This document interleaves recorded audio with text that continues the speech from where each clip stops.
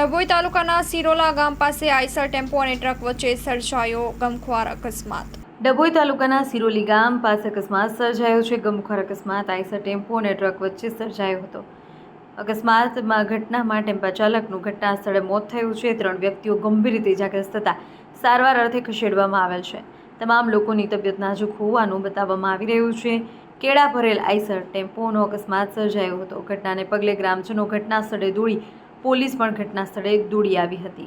ડભોઈ તાલુકાના શિરોલી ગામ પાસે આઈસર ટેમ્પો અને ટ્રક વચ્ચે અકસ્માત સર્જાયો હતો। અજયભાઈ ડાયાભાઈ રાઠોડિયાનું ઘટના સ્થળે મોત નીપજ્યું છે, જ્યારે કે કિશોરભાઈ મહાદેવભાઈ રાઠોડ, બાપા વટુવા મોરી વગેરે ગંભીર રીતે ઇજાગ્રસ્ત થતા તમામને સારવાર માટે પ્રથમ ડભોઈ ત્યારબાદ વડોદરા ખસેડવામાં આવ્યા હતા।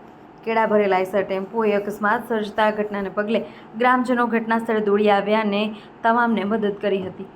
પોલીસે ઘટનાસ્થળ પર પહોંચી અકસ્માત અંગે મોતનો ગુનો દાખલ કરી આગળની તપાસ હાથ ધરી છે। અહેવાલમાં ન્યૂઝ લાલભાઈ ભઠિયારા, ડભોઈ, વડોદરા।